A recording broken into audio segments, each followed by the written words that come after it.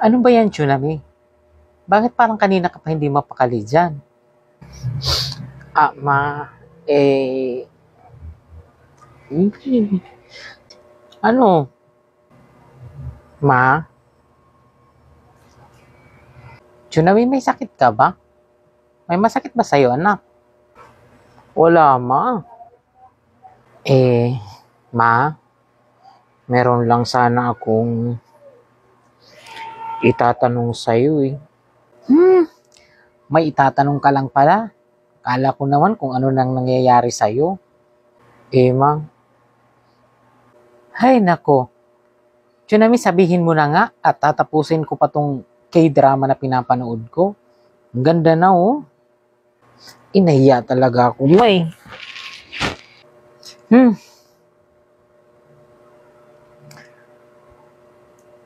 Halika nga rito, anak. Sige, maupo ka nga rito. O anak, ano bang itatanong mo sa akin at parang ngayon ka lang yata nahiya kay mama mo ng ganyan? Ma, pwede na ba akong mag-boyfriend? Ha?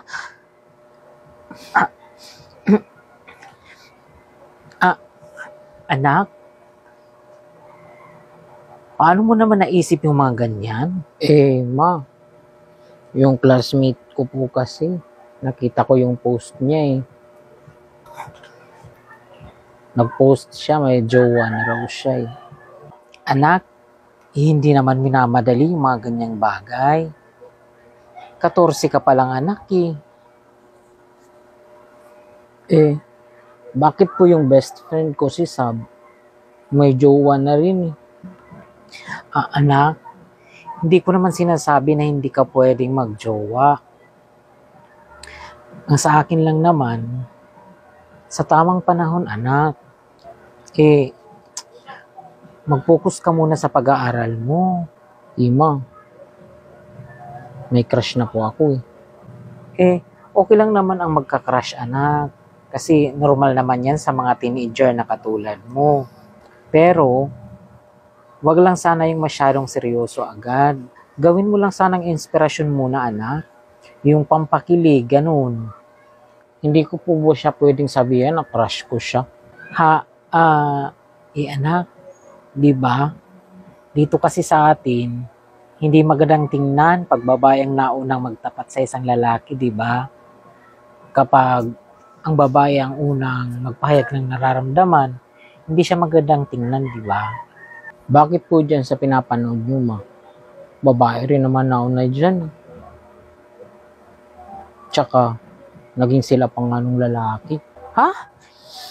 Paano mo nalaman yun? Kagabi lang inilabas yung latest episode nito. Nanood na ako. Kaninang madaling araw. Ganun ba, anak? Ikaw talaga ha, nagigising ka pala ng madaling araw para lang manood ng K-drama. Inuunahan mo pa ako. So yun anak ha, focus ka muna anak sa pag-aaral. Pag-aaral mo lang at tupagin mo ha. Huwag muna yung mga ganyan, masyadong seryoso anak ha. Sige po ma. Sige po ma. Maglaro po muna ako ng Barbie-Barbiehan.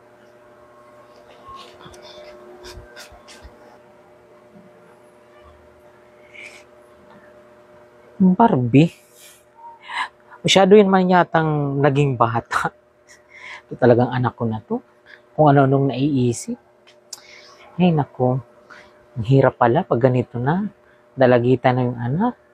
Tapos magtatanong lang ganyan. Hindi ko tuloy alam kung anong sasabihin ko. Ay nako, dalaga na pala talaga yung anak ko.